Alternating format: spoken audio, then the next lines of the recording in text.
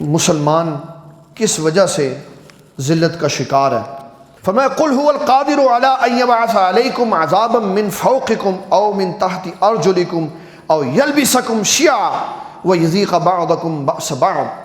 فرمایا میرے محبوب آپ فرما دیجیے کہ وہ قادر مطلق رب کہہ رہا کہ میں تمہیں آزمائش میں مبتلا کروں گا، میں تمہیں آزمائش میں مبتلا کروں گا، تمہارے اوپر سے امتحانات کی بارش ہوگی، تمہاری زمین کے نیچے سے امتحان نکلیں گے، آزمائش سے باہر نکلیں گی۔ تو کیا ہوگے؟ فرمایا اس آزمائش کی سزا تمہیں یہ ملے گی، تم ایک دوسرے کے دشمن ہو جاؤ گے،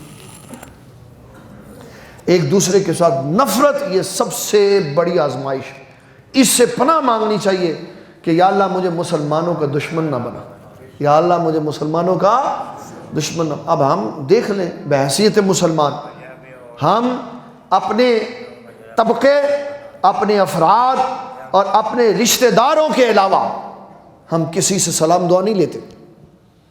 میں کہتا ہوں جناب یہ اس نے سرخ رنگ کی یا نسواری کلر کی یا کالے رنگ کی پگڑی باندھی ہوئی تو یہ ہماری جماعت کا نہیں ہے، اس سے سلام نہیں لے۔ یہی سب سے بڑا عذاب ہے کہ ہمیں یہ پتہ ہی نہیں ہے کہ ہم ایک دوسرے سے کتنے ٹوٹ چکے ہوئے۔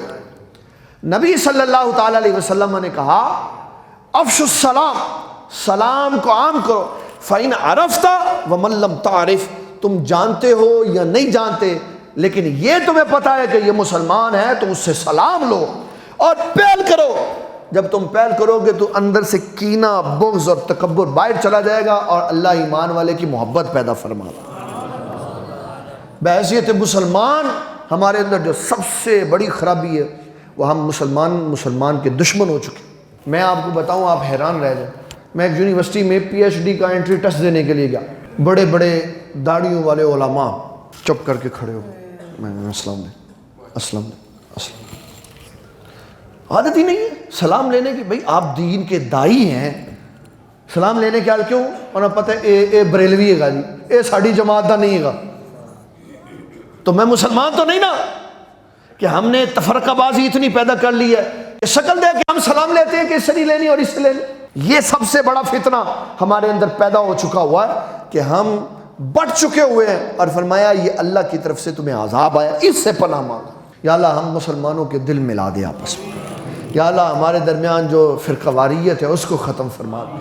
نبی صلی اللہ علیہ وسلم نے دو جملے فرمائے، فرمایا الکفر ملت واحدہ، فرمایا کفر ایک ملت ہوتی ہے، اس ملت کے اندر ذہن علیحدہ ہوتے ہیں، انسان علیحدہ ہوتے ہیں، کام علیحدہ ہوتے ہیں اور منصوبے علیحدہ ہوتے ہیں، اور فرمایا مومن سارے کے سارے ایک جسم واحد کی طرح ہوتے ہیں۔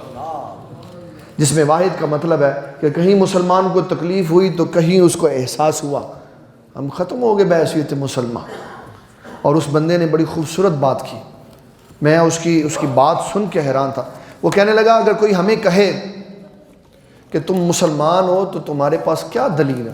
وہ جس حلیے کا تھا اس نے کہا، ہم تو الحمدللہ اللہ کے فضل و کرم سے سینکڑوں دلیلیں دے سکتے ہیں کہ ہم مسلمان ہیں، ہمارے مسلمان ہونے کی یہ دلیل ہے۔ وہ کہنے لگا کہ مجھ سے ایک بندے نے کہا کہ تو مسلمان ہے، تیرے مسلمان ہونے کی دلیل کیا؟ تو کہنے لگا سوائے ختنے کے میرے پاس کوئی دلیل موجود نہیں تھی کہ یہ میرے مسلمان ہونے کی دلیل رہ گئی۔ بس نہ ہماری شکلیں ان جیسی، نہ ہمارا کردار مسلمانوں جیسا، نہ ہماری گفتار مسلمانوں جیسے، جب ہم خود ہی بات کرنے کے لیے تیار نہیں ہیں تو یہ بہت بڑا فتنہ ہے، اس سے ہمیں پناہ مانگنی چاہیے۔